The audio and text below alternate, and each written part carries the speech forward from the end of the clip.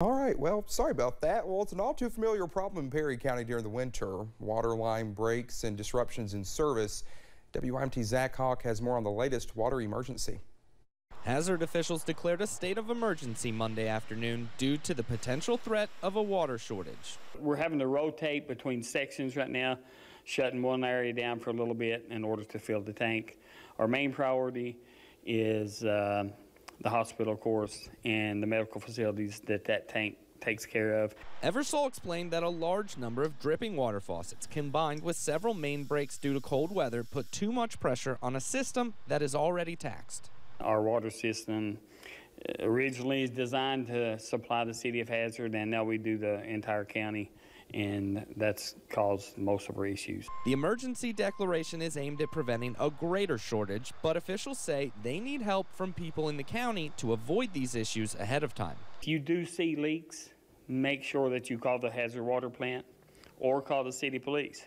Let us know about them, because we can't fix them if we don't know them. Officials hope to have water from neighboring counties as soon as Tuesday, but caution that rolling water outages will be a problem throughout the county. We don't need everybody trying to fill up a bathtub of water. Just be patient. It's going to be all right. We're on top of it. We're utilizing every means that we can. The emergency declaration will remain in effect until city officials feel the issue is resolved. In Hazard, Zach Hawk, WYMT Mountain News. Well, city officials urge people to properly bury water lines below the 18-inch freeze line and to avoid dripping faucets, especially overnight. Perry County school officials have also announced they'll be closed today due to the issues.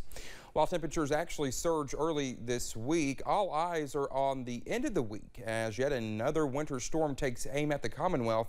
So far this winter season, Alan Curtis with the Clark County Road Department says they have invested roughly more than 1,000 human hours in snow removal, with nearly all of those hours occurring in January.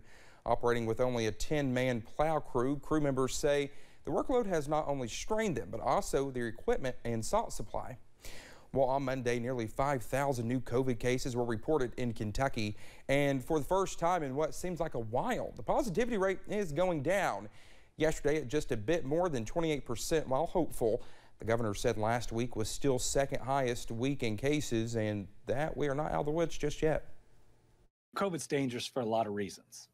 It's dangerous for how many people it kills, the third leading cause of death. And when you're competing with cancer or heart disease, it means you are deadly.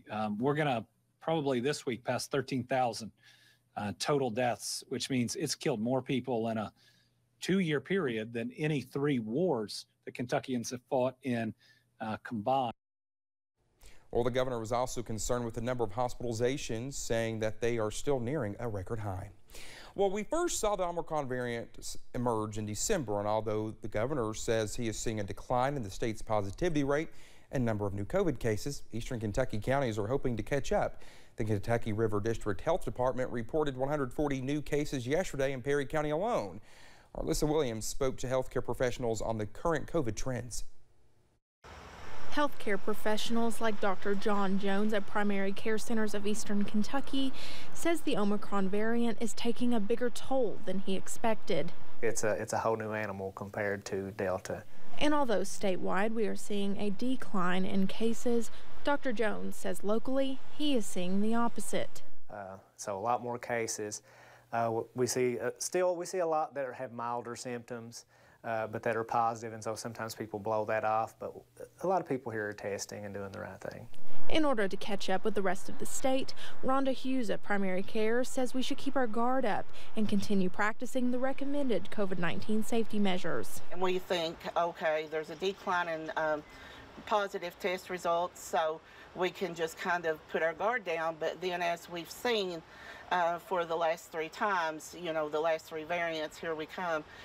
What happens is we let our guard down and then it comes right back. Dr. Jones adds that out of all the COVID-19 protocols, he still encourages everyone to get vaccinated and boosted. Your vaccine status, I've seen it time and time again, that those who are unvaccinated have worse outcomes, whether that's, a prolonged illness, weeks in the hospital, or death.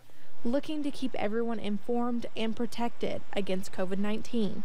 In Hazard, Alyssa Williams, WYMT Mountain News. Well, since Omicron symptoms are typically more mild than symptoms of past variants, both Dr. Jones and Rhonda Hughes at Primary Care urge everyone to continue getting tested regardless of symptom severity.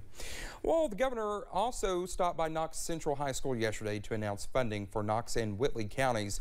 Nearly $100,000 for 1.5 miles of new surfacing on 3 Knox County roads, Oak Hill and Old Farm roads, along with Standard Avenue. The Knox County Utility Commission will receive more than $1 million to replace old water lines and build a booster pump station. Now the governor also announced a $90,000 request to the Appalachian Regional Commission for the Knox County Broadband Project. If approved, this project will design and build 2 miles of fiber into the county's most underserved area. The network will serve 28 residential customers in the Ramsey Branch area. The Whitley County Fiscal Court will use some of its funding to extend 26,000 feet of water lines to service customers in the county, including 50 current underserved households. Well, many Kentucky Power customers have reached out to us when they opened their bills and say a fuel charge had increased to nearly $100 in some cases. Now, the charge fluctuates each month and reimburses the power company for the fuel it buys to run the plants. Kentucky Power says customers should expect some relief on their bills next month as the price of fuel has gone down. National Human Trafficking Prevention Month has come to an end, and survivors can look to new resources in southeastern Kentucky. A $600,000 federal grant will be used by a specialized unit within the Attorney General's office. The money will build a network of safe housing options that serve unique needs. As final details of the plans are handled, a partner organization, Refuge for Women, is taking referrals for an existing facility. We also have kind of an a la carte outpatient model. So individuals who have families or individuals who are not women can also participate in this housing program. Officials anticipate serving 34 people per year from Bell, Clay, Harlan, Jackson, Knox, Laurel, Rockcastle, or Whitley counties.